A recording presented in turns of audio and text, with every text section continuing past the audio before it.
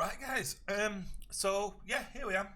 I've not long finished work, and the Destiny Witch Queen Vidoc has finally gone live, and I've been really wanting to kind of watch this to get a real grasp of what the Witch Queen's going to be about and kind of find out what features and stuff are going to be in this game. Because as things stand, I'm sat on the fence whether or not I wanted to get the Witch Queen or not, because I played Destiny for its PvP. And from what I understand so far, there isn't going to be a lot in terms of PvP, in terms of content to do.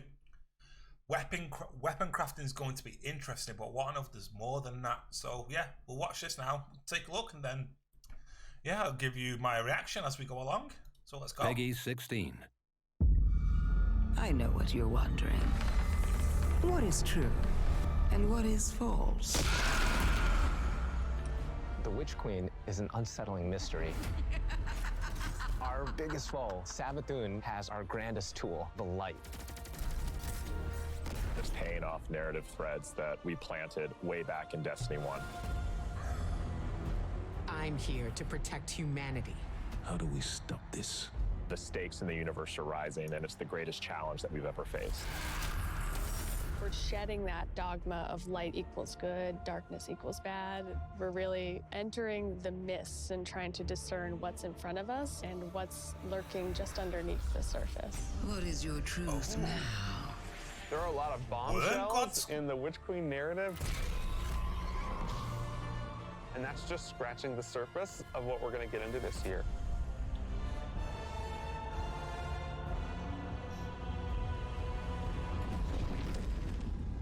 Witch Queen and Season of the Risen is chapter 1 and the beginning of the end for the Light and Darkness saga. We're really getting to the Oh, core actually of seen what the it means to be a Vanguard party. out and We are about. This looking is at and about asking time. big questions about the light and darkness. We have a big bad that we've been anticipating for a really long time coming back in the form of Savathun. Savathun's had a hand in most of the major conflicts that we've been involved with. We've heard about Savathun for years and just bits and pieces, and then like you see it slowly building over seasons until we come to this huge critical point. Savathun's no longer just someone you hear about. She's not just interfering in little ways. She's now ready to take center stage. Sleep. 1, 2, 3. Savathun, she's larger than life. We wanted to make her feel imposing and very regal and dancing through motion in some way. The light offers us a fresh start. She's very manipulative. She is very ethereal, but she also has like that creepiness to her as well.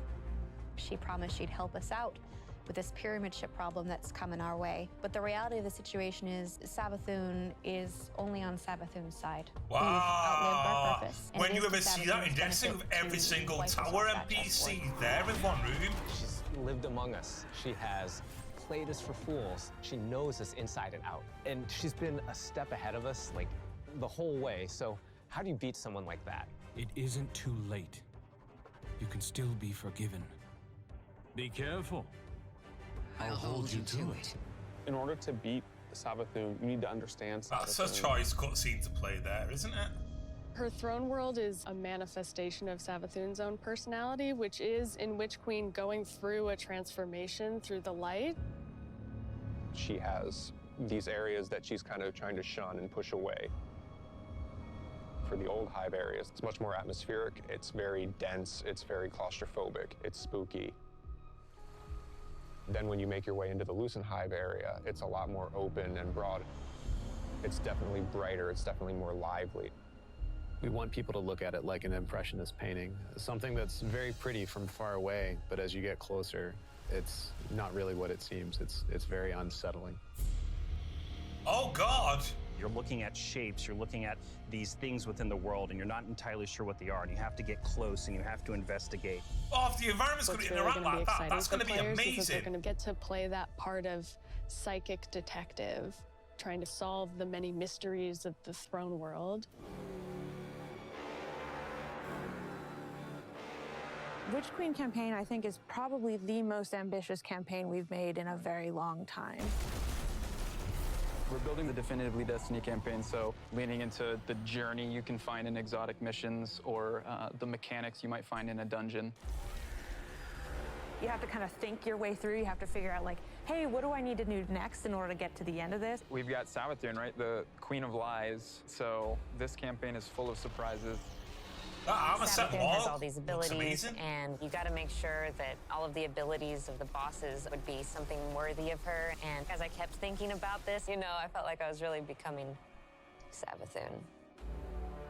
We've also added the legendary difficulty, which is called Become Legend. It's not for the faint of heart.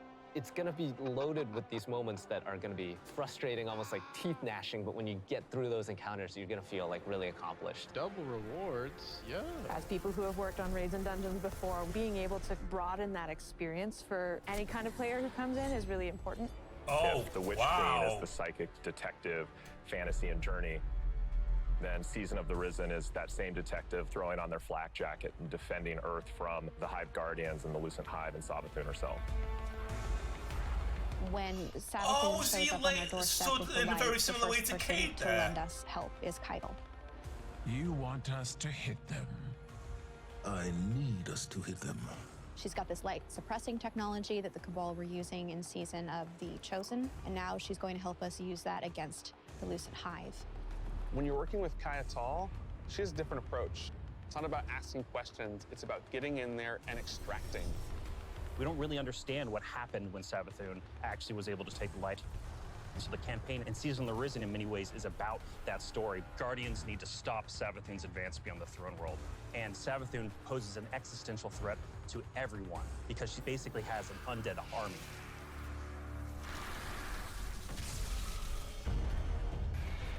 In fighting the Lucent Brood, this isn't our first time in the game fighting other Lightbearers, but it is the first time that we'll be facing other Lightbearers that have much more relentless motives.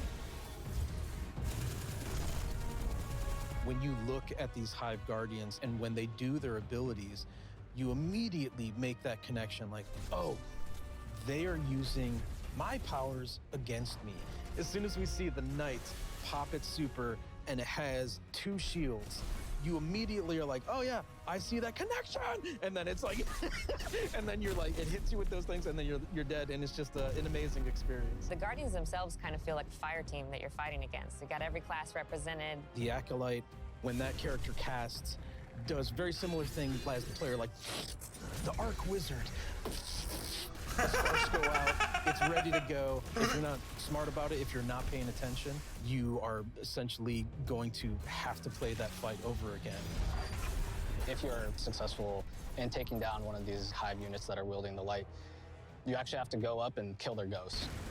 That was like one of my favorite things that we were able to do in this game is just that moment where you crush the ghost. It's kind of it's a finisher moral icon dilemma. as well. A ghost is your companion, and now suddenly you have one in your hand and you're about to crush it. The first time it happens, you're like looking at your hand like, I can't believe what I've just done. Am I doing this? Should I be doing this? I have a ghost. Yeah, Like, exactly. What Like, is going on?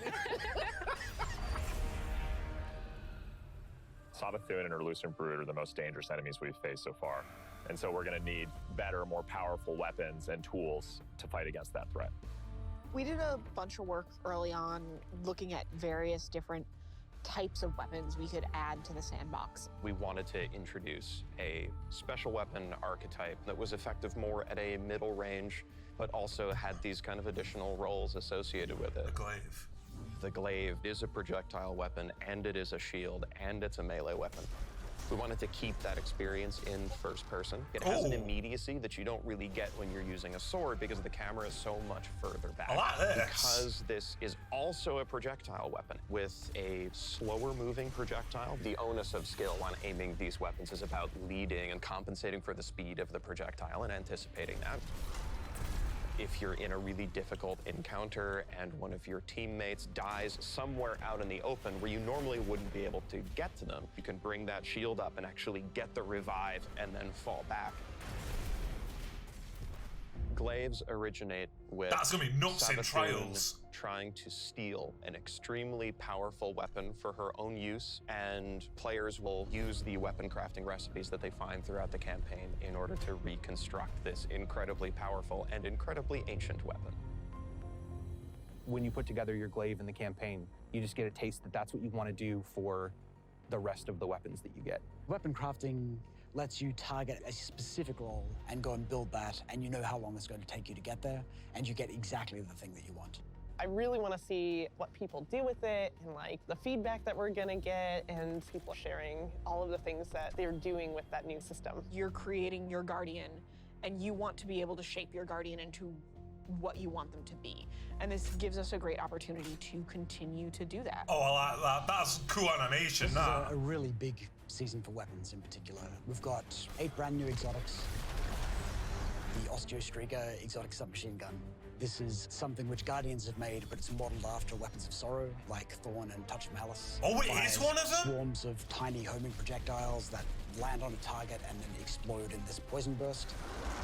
We have an exotic machine gun where the whole idea is be the Colossus. You can launch a barrage Will of up to SMG 20 homing missiles. work It's with a comical amount of projectiles. Oh, what's the Warlock Gauntlet's called that We're helps doing with an the exotic thorn glaive effect? for each class this time, and the exotic perks tie deeply into the mechanics of the classes. We think they're going to be really cool additions to build crafting. We've got, the usual suite of raid weapons, destination, activity, seasonal. I recounted it this morning. I think it's about 50 new weapons. You're going to have 2 new exotic armors for each class, totaling 6, 1 stasis, 1 non-stasis. The Titan Stasis Exotic. Cast your barricade, and instead of, this Traveler's Light and the Rally Barricade, you create a giant wall of ice. Even though this thing is massive, you still get all the benefits of a Rally Barricade. Warlock Void Exotic. We called them the Devouring Rift legs because we wanted Empowering Rift to feel like it had a place in endgame content the way that Healing Rift does. Empowering Rift doesn't heal you. Well, what if it did? In Season 16, you're going to see a massive revamp to the Void subclass system across all 3 classes. This is a huge update and will allow players to build craft in ways that they've never done before. Holy shit! One of the things we wanted to do is create a core set of verbs like we did with Stasis. Anyone can run suppressors now. I think that's the pretty cool thing to be able to do. I'm going to be running Suppressor Grenade Oh, probably. We wanted you to feel like you were the energy vampire, feel like you were the Night Stalker, feel like you were that protector, that big Sentinel Titan. So you're gonna see things like Bastion, a new Titan aspect, where you take your big old Sentinel shield, slam it into the ground, and create this void barricade that's gonna apply overshield to you and your buddies. My favorite aspect is probably Child of the Old Gods. As this warlock controlling space and time, I'm able to rip a hole into another dimension and then pull out this little sentient black hole. Whenever I target an enemy, my little black hole buddy is gonna fly over there and start draining their life force. Oh the my Void 3.0 God. update is really setting the stage for how we're thinking about updating the subclasses for the rest of the year. We're gonna extend this philosophy to Solar and Arc. Solar obviously is gonna be about burning, but there's this other component to Solar, and that's healing. Arc is all about chaining. It's all about lightning, direct attacks, quickness. We're gonna take the fantasies that you know and love today. We're gonna embellish them. So what you'll see is all of the new abilities, all the new actions you Solar take, and reinforce healing? that to the core. Pretty excited about it. Witch Queen is very much the culmination of the last 6 to 7 years of just Destiny all together. And really, this is starting the road to the final showdown. But things aren't necessarily just dark and light anymore. There's a lot more nuance. I love that. It's going to be a real fight. Players have something that they're really Solid going taking to be next and all challenged by. shit with the title. I can't wait for everyone to find out what's been going on with Savathun. I'm excited. You Guardians are so clever, aren't you? From the throne world to the campaign to the customizable build crafting, it all comes together to make Destiny feel really new and fresh. We've got more Destiny coming this year than any other year before. It's one of the most ambitious releases we've ever put together, and the team is firing on all cylinders. Tell me, Guardian, what do you think you're going to do?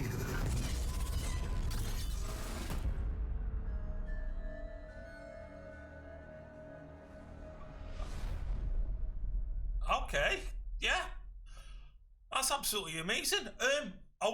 With the I can't think what they call it now, the content vault, will they be able to apply the legendary campaign? Let's say to the old ones, going as far back as Destiny 1, for example. That'd be crazy if they had that kind of free playability. to the Destiny universe. That'd be really cool.